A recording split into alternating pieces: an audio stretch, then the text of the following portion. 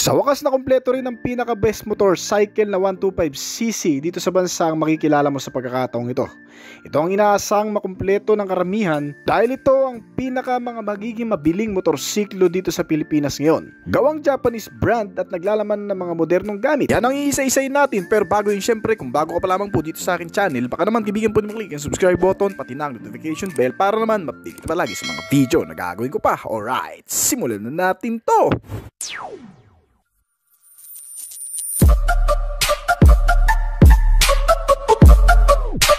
Ang Kawasaki Brusky 125. Ito sa bansa karamihan sa mga ginagamit ng mga tao lalo na sa syudad ay mga automatic scooter. Mas komportable ito kesa sa manual lalo na sa matatraffic na lugar. Kaya naman sa bansa ang kadalasang makikita mo sa kalsada ngayon ay ang mga scooter bike bilang pangunahing transportasyon at naging mabilis sa panlasa ng mga Pilipino na kung saan hindi mahirap dalhin at paganahin. Sa simpleng pagpiga lang ng throttle ay siguradong ikaw ay makakarating sa kung saan mo man naisin. Kaya naman pati na ang Kawasaki motorcycle brand ngayon na puro manual na motor lang ang inilalabas sa bansa, ngayon ay naglabas na rin ng kanilang pinakabagong modelo na aagaw sa pansin ng marami. Isang pangmasang scooter na mabibili mo sa affordable na presyo na naglalaman ng sulit, praktikal at mapagkakatiwalaang kalidad na hindi na rin magpapauli sa ibang mga brand competitor. Ang Kawasaki Brusky 125. Isang motorsiklong ito sa pinakamagugustuhan mong commuter bike ngayon. Hindi lang sa pagiging moderno ng nilalaman nito kundi pati sa pagiging matipid nito kumonsumo. At talagang matibay, kapaki-pakinabang at siguradong maaasahan. Konting background lamang sa motor na to. Ito ay hindi talaga originally made Japanese brand. Dahil ito ay galing sa Modenas Motorcycle brand, isang Malaysian national motorcycle company na nagpuproduce ng maliliit na modelo ng mga motorsiklo na below 400cc ang capacity. Matitibay at mapagkakatiwalaan din ang mga motor na nagmumula dito at nakilala na rin sa iba't ibang panig ng mundo. Kaya ganun na lamang din ang tiwala ng Kawasaki para makipag-collaborate sa brand na ito at mag-rebadge ng isang 125cc scooter mula sa pangalan na Karisma 125 ng Modenas na ngayon ay tinatawag ng Kawasaki Brusky 125. Ang modelong ito, kung mapapansin mga kaibigan, makikita ang familiar na disenyo na parang sa Honda Click 125. Meron itong twin LED headlamp na naka-integrated na rin pati na ang daytime running light at mga turn signal light indicator nito na parang kilay. Isang malapad na front face cover at napapalibutan din ang buong body build ng mga garnish at pairings na makakapal. Kuwang-kuwa ang kabuuang aerodynamic ng game changer na Honda Click. Kasama ang malalapad na pillion seat, isang malapad na footboard o gulay board, similar design ng muffler cover at dalawang hugis dahon na side mirror. Kaya pagdating sa overall looking, ay mapagkakamalalan mo talaga ang motorsiklong ito sa unang tingin na bagong bersyon ng Honda Click 125. Binibigyang buhay itong motorsiklo sa pamamagitan ng sporty design graphics na inilagay dito. Ngunit pagdating sa likuran, ay may kakaibang disenyo naman ito ng combination lamp na kung saan naka-integrated na rin pati ang mga signal light indicator na naka-LED type na rin. Itong Kawasaki Brusky 125 ay nakilala sa bansang Malaysia noong pang year 2000 na kung saan tinatangkilik na ng maraming tao roon.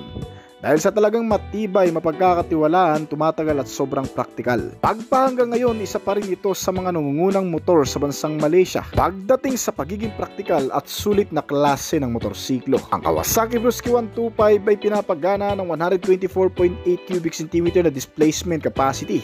Naka-single cylinder, per stroke, 2 valves at single overhead camshaft engine. Naka-fuel injected type na rin ang fuel supply system nito, kaya talagang matipid na rin kumonsumo ng fuel. Habang naka-CVT type ang transmission at may cooling system na air-cooled type, na gumagawa ng maximum output na 9.4 horsepower sa kada 7,500 RPM at maximum torque na 10 Nm sa kada 6,000 revolution per minute. Ang bore and stroke size nitong motor ay nasa 52.4mm by 57.9mm.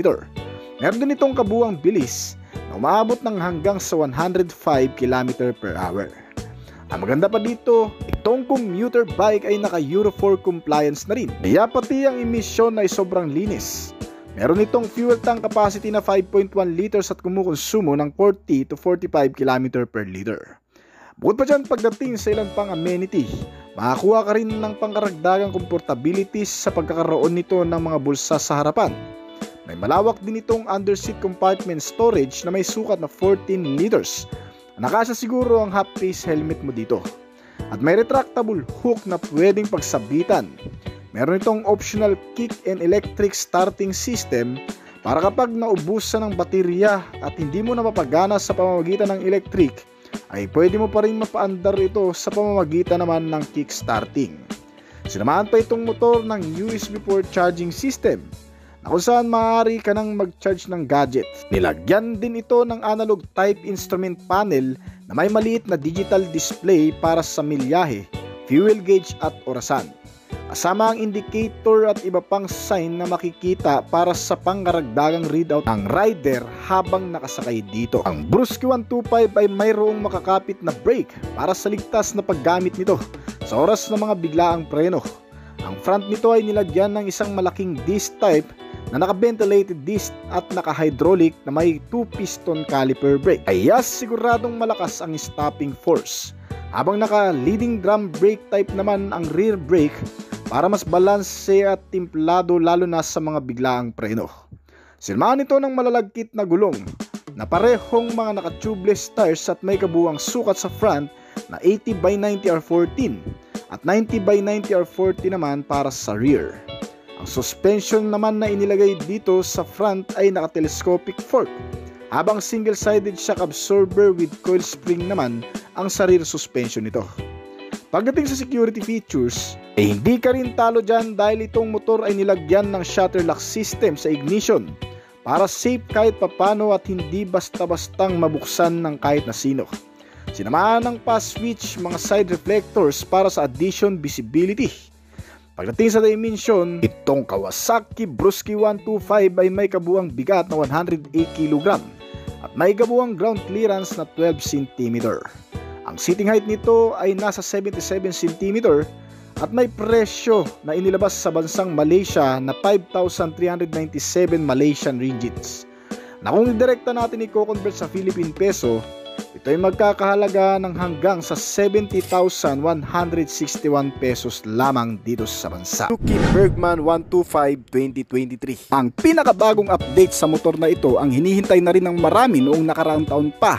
Ang pagdating ng isang makabagong modelo sa bansa na magpaparanas sa marami ng isang antas ng karangyaan at pagiging sopistikado. Isang compact scooter class na ikatutuwa na raw ng mga Suzuki enthusiasts. Ang bagong superior na kombinasyon na performance nitong Bergman 125EX na nag-level up sa maneuverability, pagiging comfort, practical, optimum fuel economy at mababang emisyon. Ilan lamang yan sa hanay ng pagbabago nitong motor at magmula sa napaka-eleganteng estilo hanggang sa pagiging futuristic na utility, ang bagong Bergman Street 125EX ay ginawa upang maging angkop sa lahat ng iyong paggagamitan.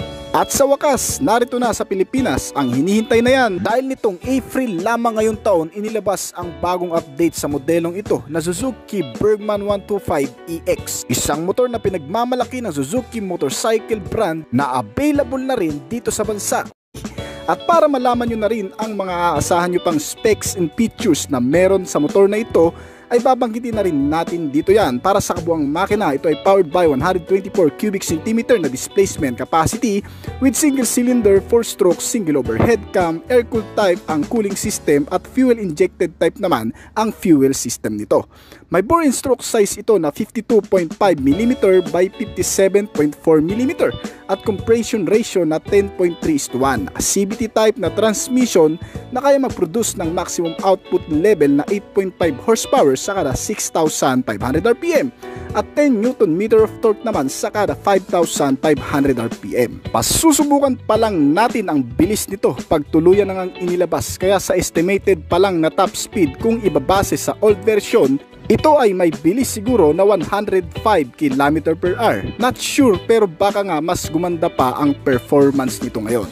Dahil sinamahan na rin yan ng mga makabagong features sa engine details tulad na lang nitong silent start system na hindi ganun kaingay para paganahin ang makina o walang ugong na maririnig sa pag-andar ng makina nito. I-develop na rin kasi ang SEP technology sa new generation na tumutulong din para mas mapanatili ang lakas ng makina at mapababa na rin ang fuel consumption nito. At sa mga hindi nakakaalam, ang SEP o Suzuki Eco Performance Technology ay parang ESP Plus lang din ng Honda at Bluecore technology naman ng Yamaha.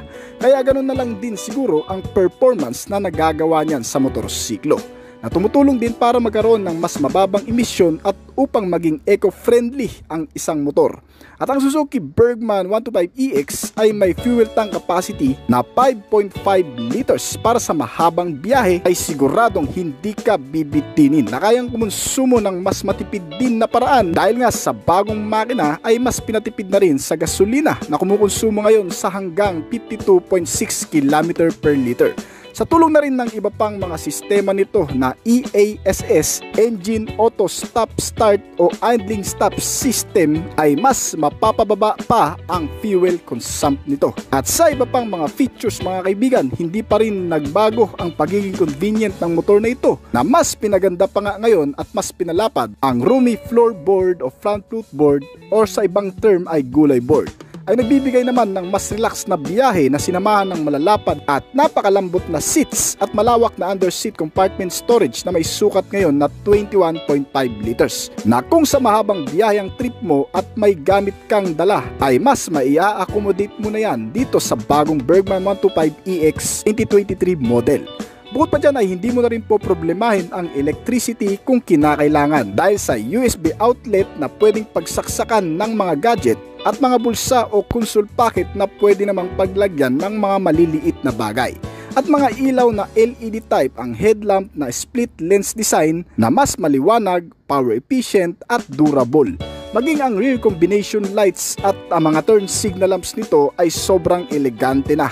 Highlighted dyan ang attractive styling din ng buong tail section nito na nagdadala palalo sa iyo sa maginhawang pagsakay ang motor na kung saan ay halos narito na ang lahat ng hinahanap mo. May mga built-in grab bar at top box na lang din ang kulang para dito. At ang instrument panel naman nito, naroon pa rin ang napakalinaw na fully digitalized compact LCD display na nagbabago rin ang brightness para mas maging visible sa umaga at sa gabi. Makikita na rin ang mga bagong indicator notification sa malawak nitong dating tulad ng eco-friendly notification, engine check warning, light indicators at marami pang iba sa pagiging sobrang informative nito ngayon. Ang Bergman Street 125EX ay mas ginawang moderate firm setting din ang chassis at mga suspensions upang makatulong na magkaroon ng mas maayos na biyahe. Ang parehong suspensions sa harap at likod ay mas inayos para bumagay sa mga tires and wheels nito for better comfort riding na rin at para ma-achieve palalo ang pagiging balanse at ma-maintain ang stability. Mas gumaan ang handling para hindi nakakangalay kahit pa sa malalayong biyahe. Ganyan ito ngayon pinag-usayan ng Suzuki motorcycle. At ang mga suspensions nito sa front ay naka-telescopic fork with coil spring and oil dump at rear suspension na swing arm type with coil spring and oil dump na rin. At swak na swak lumaro kahit pa sa malulubak na kalsada ay makakaasa ka na rin daw sa banayad na pagsakay. Ang mga braking system naman nito sa front ay naka-disc type at ang rear brake naman nito ay drum brake type na may kasama na rin combination braking system sa brake force nito na mas mapapalakas at kahit papano ay ligtas sa paggamit ng brake system. At para naman sa wheel and tires nitong motor ay ginamitan na rin yan ng mga pyesa na hindi rin basta-basta. Sa klase ng gulong nito na inilagay dito ay Dunlop brand na raw yan. Naka-tubeless tires and mountain cast aluminum wheels na idinisenyo upang gumanap ng kasing ganda ng itsura nito at nababagay na rin niyang idaan sa mga rough roads, mababato o kaya mga malulubak na kalsada. Hindi na rin siguro tayo mangangambang madulas kung sakali mang maidadaan sa mga ganong klaseng lugar. At ang bawat sukat naman ng mga gulong nito ay mas pinalaki na compare sa dati na may kabuang sukat sa front na 90 by 90 R12 at rear tire size naman na 100 by 80 R12. Mababawasan na rin siguro ang basher nitong gulong sa wakas. At para naman sa iba pang mga detalye nitong Suzuki Bergman 125EX, ang starting option din nito ay dalawa. May electric starting at optional kicker na rin nakasama para kung sakaling malobat o tumirik man ang motor na to sa kalsada ay hindi ka mangangamba dahil mapapagana mo ulit ito gamit ang kickstarter. Alright, at para naman sa dimensions and capacity, ang buong sukat nitong motor ay wala namang masyadong pagbabago na makikita. Sa mga external features design mga kaibigan ay halos katulad lang din ng old version nito. Ang kabuuang sukat ng seating height ay nasa 780mm na kasing taas lamang ng Honda ADB 160 at ang kabuuang taas naman ng motor na ito ay 1140mm na may kabuuang haba na 1905mm. Ang buong lapad naman nito ay 700mm at may wheelbase size na 1290mm. May ground clearance ito na 160mm na kahit papano'y sa matutubig na lugar ay makakaangat ka rin na hindi basta-bastang mapapasukan ang makina ng tubig nito. Ang kabuuang bigat nitong motorsiklo ay 112kg. Bagay lang din niyang isabak sa maluluwag na kalsada. Kaya ano pa nga bang masasabi mo sa bagong update nitong Suzuki Bergman 125EX? Pwede mong i-comment sa baba mamaya ang opinion mo. At sa kasalukuyan, ang kabuuang presyo nito ay may estimated price na 85,000 hanggang sa 90,000 pesos dito sa TVS NTORQ 125 2023. Ang motorcycle market Philippines kamakailan lang ay napasa ilalim ng Indian invasion sa paglabas ng mga motorsiklo ng TVS Motors, ang ikatlo sa pinakamalaking manufacturer ng motorsiklo sa bansang India, na nakilala hindi lamang sa paggawa ng mga dekalidad na motorsiklo maging sa mga three-wheeler motorcycle, bus at truck ay kilala rin ang kumpanyang ito. At dito sa bansa, sa paglipas ng maraming taon na kung saan ang motorsiklo na ang naghahari sa daan ngayon, ay unti-unti na ring dinadala ang mga pambatong motor mula Indian manufacturer na TVS Motors, na ipinakilala na rin sa mga Pilipinong riders magmula sa sports bike, big bike category, underbone, mga three-wheelers at ilan pa sa mga motorsiklo na kalaunan ay nagmamanifest na rin sa bansa. Gaya na lamang nitong kalalabas lang na scooter bike ng TVS na NTORQ 125. Isang motorsiklong scooter na siguradong makasusulit ka sa pang-araw-araw na gamit mo. Di gaya ng marami, ang motor na ito ay bibihira lang bihisa ng bagong pagkakakilanlan dahil na rin sa mas nagugustuhan ng tao kaya matagal pinapalitan. Ngunit ngayong taon mula sa old model nito ay in-update sa bagong version na mas magpapalakas pa ng appearance nito sa masa, sinamahan ng mga makabagong specs and features sa makina at maging sa kabuuang detalye ay dinagdagan. Kagaya na nga lang ng mga ilaw nito na naka-fully compact LED type, ang headlamp na sinamahan ng daytime running light na sobrang aggressive na talaga ng itsura, kapares ng mga signal lamps with indicators sa magkabilaan. Ganon din sa mga tail lamp ay nagbibigay palalo sa iyo ng mas maliwanag na kapaligiran kapag ibabiyahe mo ng madilim. At hindi lamang yon mga kaibigan, mas matagal din kasi ang lifespan nito sa mga naka-bulb type lang. At ang scooter na ito, kung mapapansin mga kaibigan, mukhang alam na ata ng marami sa atin kung anong motor ang kamukha nito sa Suzuki Motors. Ang kalalabas lang din na Suzuki Avensis. Medyo awig, di ba? Kaya naman sa ibang detalye ay magtatanong ka na lang din kung pareho rin nga ba ng mga specs and features na meron ito. Gaya na lamang ng external design ay hindi nagkakalayo. Ang frontal face na naiiba nga lang ang headlight. At ang location ng fuel lid nito o lagay ng gasolina ay nasa likod rin. At iba pang mga detalye na talagang similarity ng dalawang ito. Ganun pa man ay masasabing mas upgraded pa rin daw itong TVS NTORQ compare sa Suzuki Avensis, na sinamahan at nilagyan ng kabuuang detalye sa makina na powered by 124.79 cubic centimeter na displacement capacity, naka single cylinder per stroke OHC at fuel injected type na fuel system. Ang 125cc overall na makina nito ay sinamahan ng naka-automatic transmission type na may 4-speed na variable gearbox na kaya mag-produce ng maximum output level na 9.4 horsepower sa kada 7,500 RPM. at 10.5 Nm of torque naman sa kada 5,500 RPM. Ang commuter na scooter bike na ito ay masasabing may malakas na rin naman na kapasidad kumpara sa mga 125cc na kakumpetensya nito.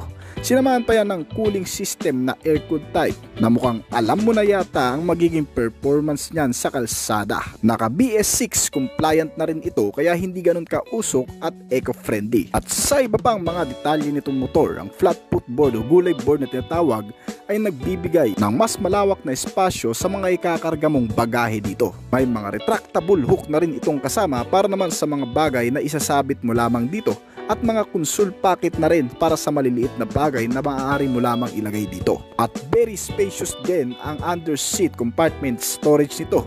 Nakakasya naman siguro ang full face helmet mo dito. At base na rin kay Sir Makina Moto na siyang nag-review ng road test nito ay very comfortable at maaasahan talaga sa napakahabang biyahe. Napaka minimal lang ng speed limit kaya hindi ka rin talaga masyadong mangangamba na may average top speed na umaabot sa 90 km/h pero nakadepende pa rin yan sa magmamaneho nitong motor. Kung ikaw ay nagsisimula pa lang, perfect talaga to bilang isa sa pinakaunang motor mo. User-friendly, beginner-friendly at mas madaling matututunan dahil sa automatic transmission nga ay mas madali mong maimamanage ang handle nito. Sobrang convenient na rin mga kaibigan para sa mga bumabiyahe ng malayuan.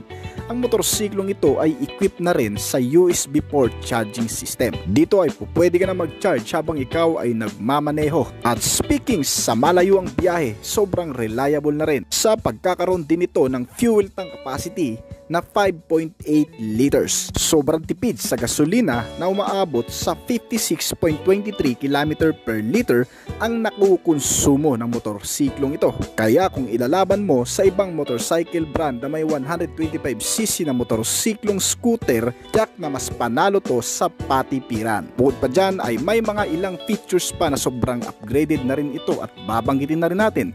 Gaya na lamang nitong instrument panel na naka fully digitalized na rin. Mas madaling unawain at maintindihan lalo na sa mga baguhan lang din. Lagyan na rin ng engine check warning para ma-check ang capability ng makina nito. At sinamahan ng idling stop system para mas tumipid pa sa konsumo ng gasolina. Sa mga hindi nakakalam, ang idling stop ay ang nagpapahinto ng throttle ng motor kapag pansamantala itong nakastop sa traffic light. Nang sa ganun kahit nakahinto ito ay hindi nakukonsumo pa ng gasolina dahil dito. At isa pa sa maganda sa commuter bike na ito ay meron na rin kasamang side stand kill switch. Hindi mo na kailangan pang i-switch off dahil sa side stand ay titigil na rin ang makina nito. Mas mainam na rin ito sa malulubak dahil sa mga suspensions na inilagay dito. Sa front ito ay naka-telescopic fork na may hydraulic dampers na nakasama. Ang rear suspensions naman ito ay may coil spring with hydraulic dampers na rin. At kung usapang brake naman ay maaasahan mo rin yan. Ginamitan ng single disc brake with 220mm na size with SBT. Sa mga hindi nakakalam, ang SBT meaning ay synchronized braking technology. Ito ay katumbas o katulad na rin naman ng combination braking system ang function na nagkukumbine sa magkabila ang brake sa harap at likod upang kapag ito'y pagaganahin mo sa biglang paghinto ay sabay itong gagana para mas safe pa ang pagpepreno. At ang rear brake naman ito ay naka-drum brake type na may size na 130mm. Di ka na rin talo sa bangkingan yan o sa malulubak man kung maidadaan dahil sa makakapal na gulong na inilagay na sobrang bagay lang din sa motor na ito. Naka-tubeless ang tires at alloy wheels naman ang mags nito na may kabuang sukat sa front na 100 by 80R12 at rear tire size na 110 by 80R12. Pwede mo nang ayain si tropa, mga kabarkada at kaibigan kung magkakaroon ka man ito. Isang comfortable motorcycle, scooter na magagamit sa pang-araw-araw, service kung sa city ride at long ride ay pwede rin talaga. Ay nilabas na ng TVS Motorcycle brand dito sa bansa. At available rin ang motor sa iba't ibang klaseng kulay yung magugustuhan. At sa kasalukuyan ay nagkakahalaga lamang ang kabuuang presyo nito na umaabot sa 84,346 pesos dito sa bansa. SYM Jet X 125 2023. Ang SYM ay naglabas na naman ng panibagong modelo na pangmasang kalidad at mas magugustuhan mo. Unti-unti na ring nakikilala sa merkado ang brand na ito. Isang palatandaan lang na karamihan sa mga motor na nagmumula dito ay tumatagal at napagkakatiwalaan. isang Taiwanese motorcycle manufacturer brand na nagpakilala sa bansa ng kaaya-ayang kalidad ng mga klase ng motorsiklo sa murang halaga lang.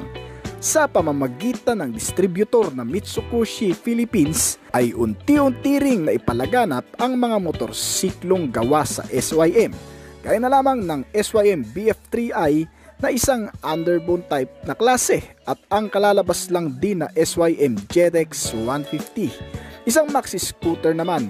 Ang mga motorsiklong ito na nagpapatunay na hindi lahat ng maganda at kalidad ay nagmumula lamang sa Japan, kundi pati sa iba pang bansa gaya na lamang nitong Taiwanese brand na SYM. Bukod kasi sa pangmasang kalidad at halaga ng mga motor na inaalok nito, ito rin ay talagang may sinabi sa lahat ng aspetong pang-pisikal o pang-internal na specs and features nito. Gaya na lamang ng isa pang motor na mula dito at kalalabas lang din, ang SYM Jet 4RX 125 2023 model na topic natin ngayon. Isang motor na nagpapahalaga sa oras at kagipitan ng bawat isa dahil sa angking lakas at katangian at may presyo na abot kaya lang at may sinabi talaga at handang makipagsabayan din sa ilang brand competitor gaya ng Honda Click 125, Yamaha Mio Gravis 125 at Suzuki Bergman 125 at marami pang iba mga kaibigan na motorsiklo na kagaya nito. Ang scooter na ito na Jet 4RX 125 ay isang classic SYM model na pang-commuter at nabihisan ng malasporty na katangian at disenyong panlabas na may affordable price tag at nag-aalok ng mas advanced na katangian nito. Inilabas ito sa bansa ngayong taon lamang sa dalawang klaseng kulay, ang red color at ang black color nito, at meron ding inilabas kalaunan na special edition na white color naman. Ang pagkakaroon nito ng mas kapanapanabik na specs and features gaya na lamang ng naka full LED type na mga ilaw nito, ang agresibong disenyo ng headlamp na sinamahan ng DRL, mga turn signal lamps indicator at tail lamp ay nagbibigay ang mas maliwanag na direksyon sa gabi kapag ginagamit mo ito. Bukod pa dyan, sinamahan na rin ito ng hazard control system, isa sa magandang bahagi ng motor na ito dahil hindi mo na po problemahin to aftermarket at mas magiging visible ka pa lalo kasi kung ang ilaw ay nagbiblink ay mas madaling makikita. Na may instrument panel na fully digitalized at naka TFT type na klase na rin ay nagbibigay din ng mas malinaw at mas informative sa mga notification na lumalabas dito. Ayan ang speedometer, trip meter, odometer, fuel gauge, mga indicator, orasan at marami pang iba. At sa ganitong klaseng motor ay makukontento ka na rin siguro kung ito man ang ginagamit mo sa pang-araw-araw na pagpasok mo. Dahil sa ilang bagay na meron ito na magpapakonvenient at magpapakomportable rin sa iyo, ay malawak na underseat compartment storage na I think ay kasya na rin naman ang full face na helmet mo dito.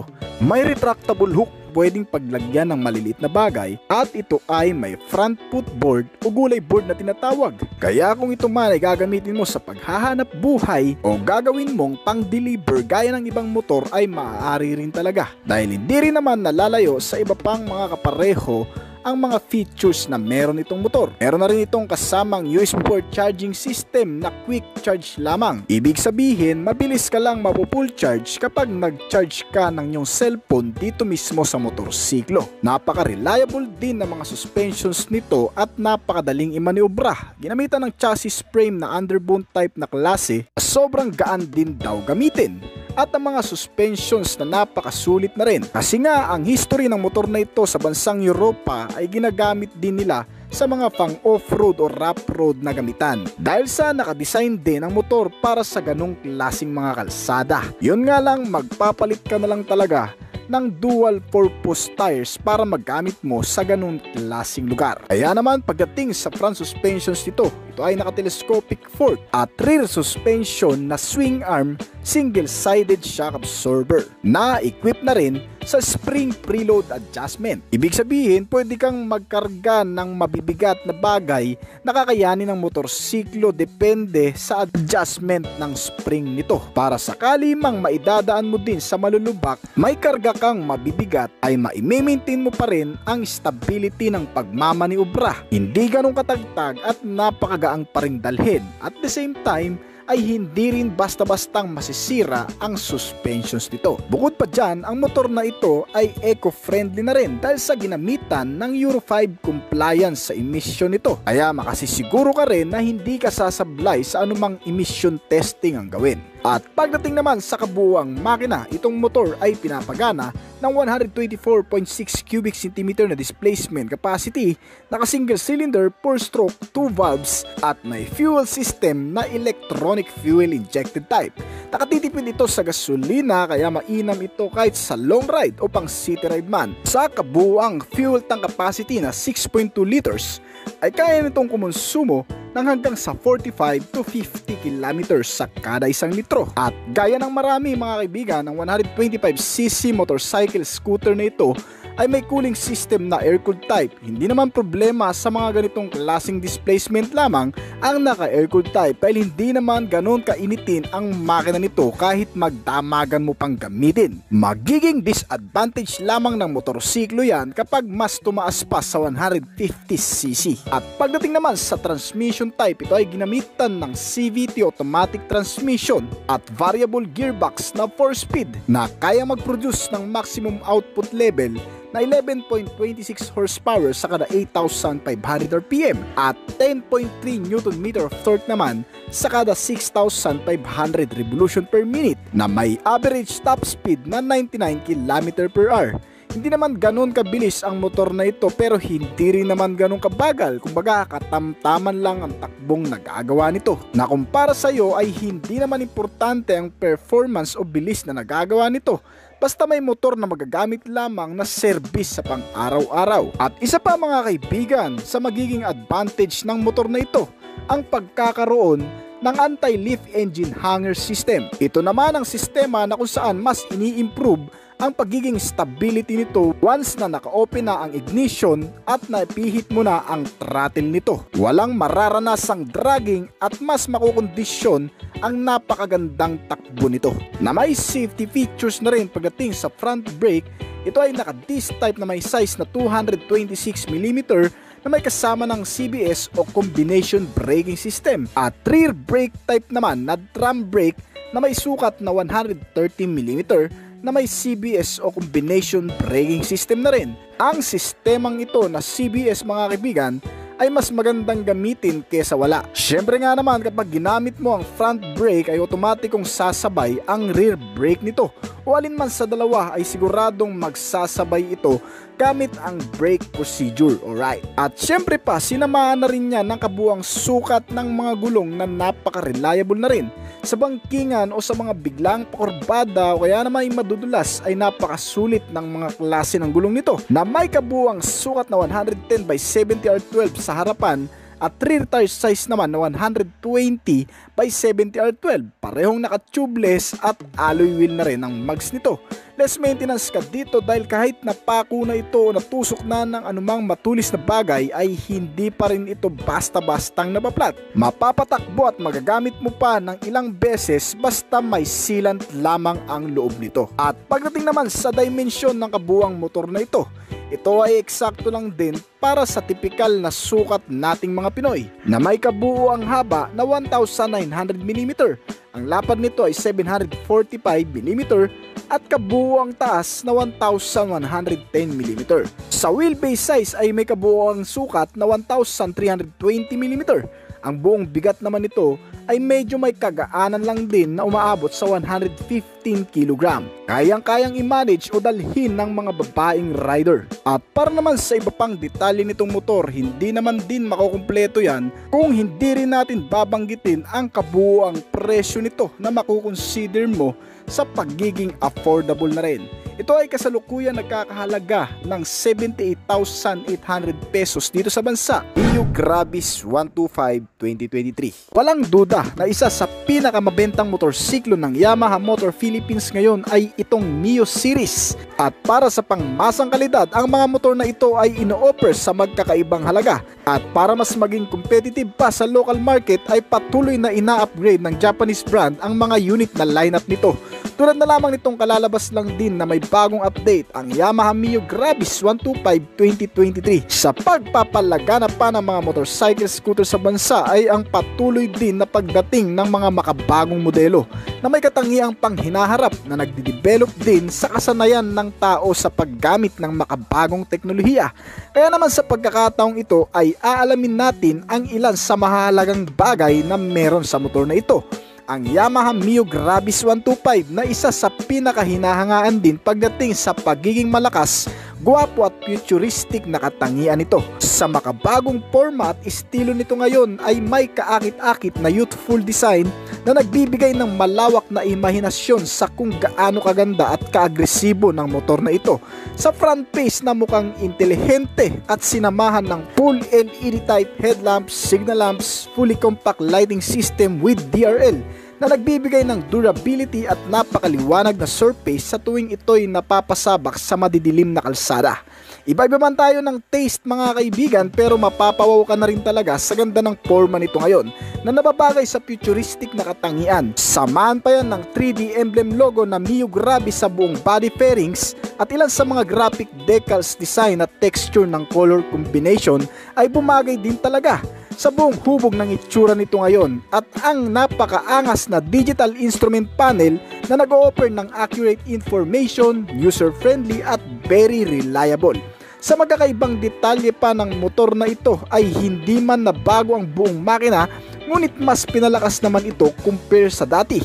Sa pagkakaroon ng 125 cubic centimeter na displacement capacity na single cylinder, 4-stroke single overhead cam, 2 valves na engine at air-cooled type na cooling system. At nadagdagan din ito ng SMG na bagong sistema o tinatawag na Smart Motor Generator. Nagpapatahimik ng takbo at nagpapawala na rin ng dragging sa makina. At para naman sa mas malakas na arangkada at matipid na konsumo ng gasolina ay hindi rin nawala ang Blue Core technology na sinamahan ng naka-fuel injected type na fuel system. Sa ngayon ay mas tumipid pa daw ang konsumo nito. Pero tingnan na lang natin siguro yan sa mga feedback ng mga makakabili nito.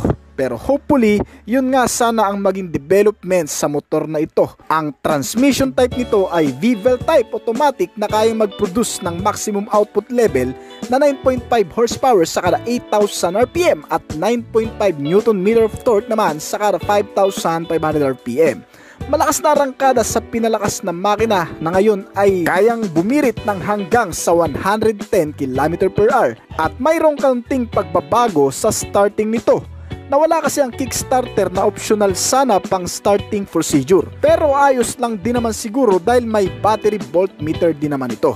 At sa iba pang mga features mga kaibigan, ang motor na ito ay very accessible sa maraming bagay. Meron na itong Y-Connect system para mamonitor ang lahat ng aktibidad, mga maintenance recommendation at iba pa.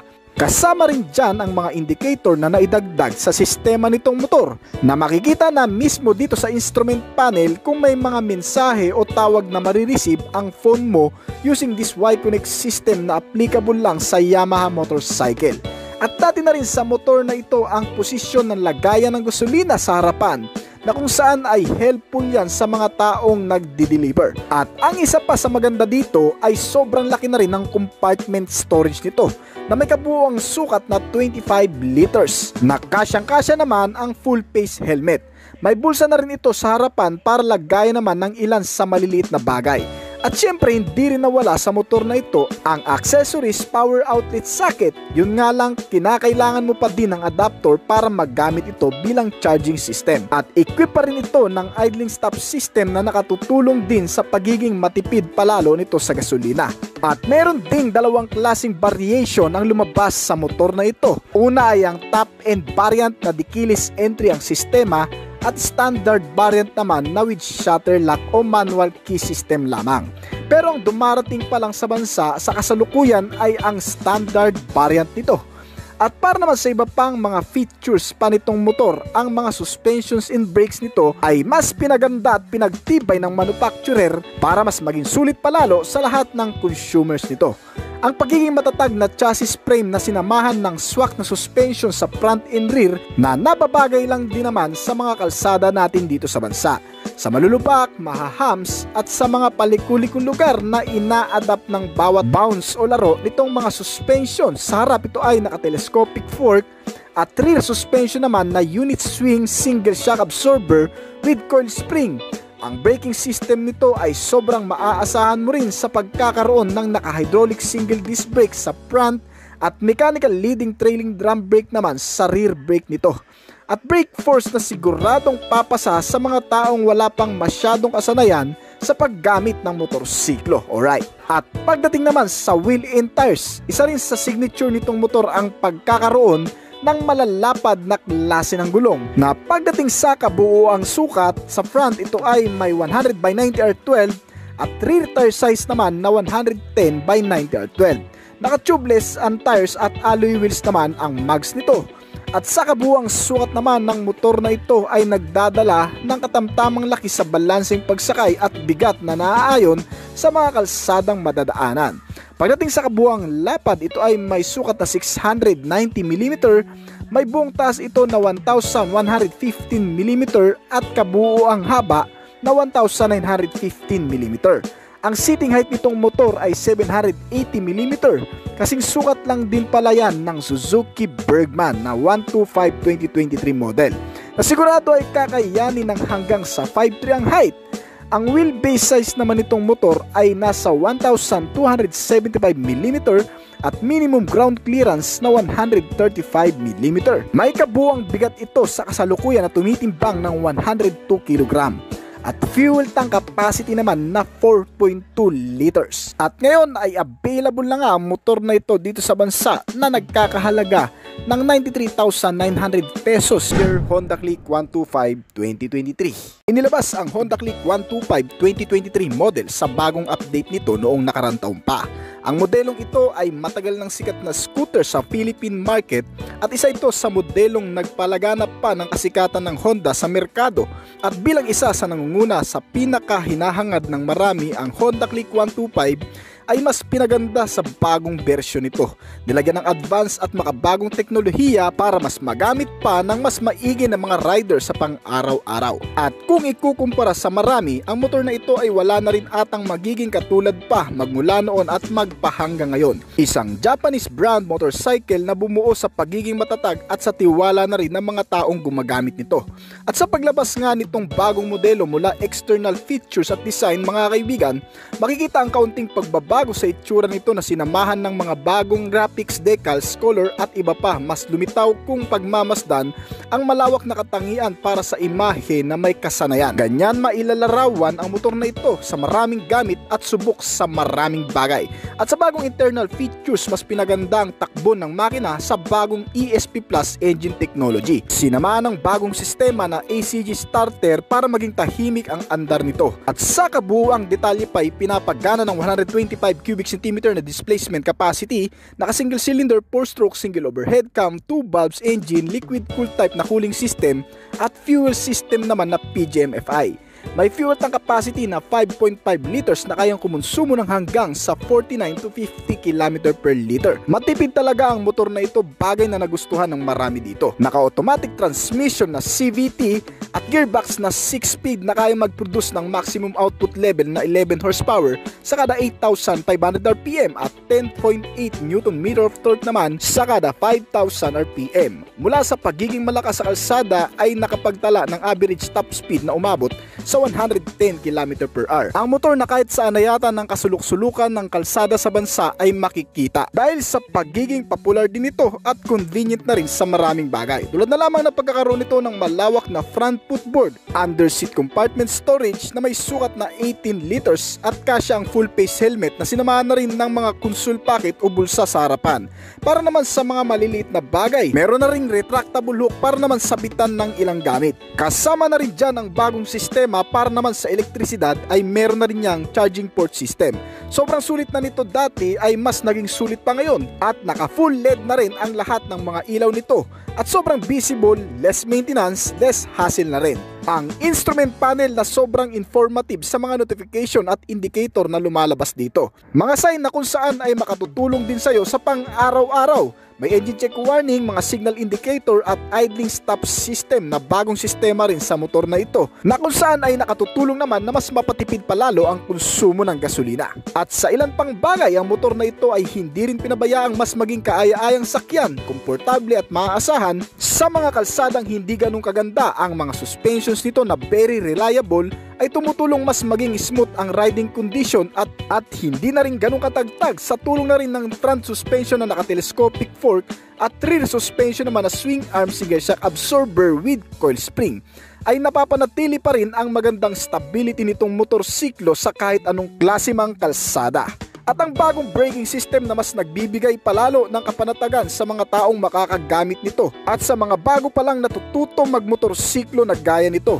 Sa front, ito ay naka-single disc brake na may new design na wavy type design at with caliper piston brake. At rear brake naman na drum brake type with combination braking system na mas in-enhance palalo ang brake force sa mga biglaang pagpipreno. Isa sa mga bagay na talagang mas nagpaganda palalo sa motor na ito, samahan pa yan ng mga wheel and tires nito na naka-tubeless at gulong na new cast wheel design na may bagong sukat sa front tires na 90/80R14 at rear tire size naman na 100/80R14. Mas bumagay sa napakalapad na body figure nito at mas maimamanage ang mga palikulikong kalsada at sa mga bangkingan. Ang starting procedure ay electric push start at may side stand kill switch na rin para mas maging safe pa. Ang dimension nitong motor ay hindi naman ganun ka na bago. Sa sitting height na may sukat na 769mm at kabuang bigat na 112 kg. At sa kasalukuyan ng kabuang presyo nitong motor ay nagkakahalaga ng 80,900 pesos dito sa bansa.